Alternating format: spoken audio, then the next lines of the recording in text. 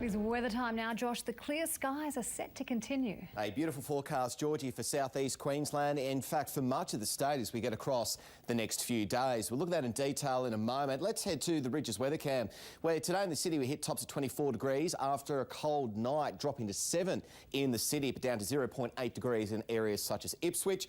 Right now we're sitting on 17 degrees, humidity at 44%, and the wind's light at 4 kilometres per hour. Diving into the satellite picture, you can see the clear skies responsible for those very cold temperatures earlier this morning across Queensland. You will notice a lot of cloud cover, not only across southeastern Australia, but right across the southern ocean. Now, this is due to cold frontal activity, and I'd like to share with you a bit of a weather feature this week. We could see the largest swell along the Australian coastline that we've seen in recent years. The reason being, we've got a cold front approaching the southeast tomorrow, backed up by another front, and a third front will follow. Now, these fronts are going to drive in a long period swell right from the depths of the far southern Antarctic Ocean, and it will start to track northwards. Now, by the time this third frontal system arrives, it'll supercharge the already large swell, which is forecast to hit the southern parts of WA, South Australia, Victoria and Tassie. We're looking at waves of around about 8 metres, and we could see some sets around about 10 to 12 metres. So it could be big Wednesday this week along the southern coastline as we duck it back to Queensland. Not really much to talk about in terms of rainfall. It will be dry across most areas tomorrow. Slight chance of a little bit of drizzle around areas of the northeast tropical coast, anywhere north of Townsville tomorrow.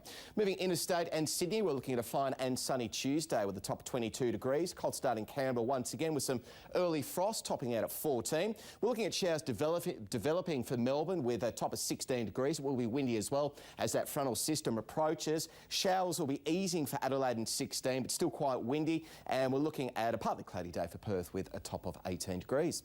Moving back home, chance of a shower for Cairns mentioned 27, but fine further south for Townsville 26. 24 degrees on the way for Mackay, and we're looking at beautiful sunshine on the way for Rocky, Bundaberg, Maryborough and Gympie. 3 degrees the low overnight, so it will be a cold start. Likewise for Roma, getting down to -1. So some early frost patches certainly possible across areas of central and southern Queensland. Now for the southeast, it will be a fine and sunny day, but we could also see some areas of frost first thing in the morning, mainly inland. Overnight temperatures falling to between 1 and 6 degrees. Daytime temperatures reaching the low 20s. We're looking at 22 on the Golden Sunshine Coast tomorrow, 22 at Logan and 24 degrees at Ipswich. Out onto the bay, we're looking at southwesterly winds, 10 to 15 knots. They'll start to die down through the afternoon as well, and those seas will be below 1 metre.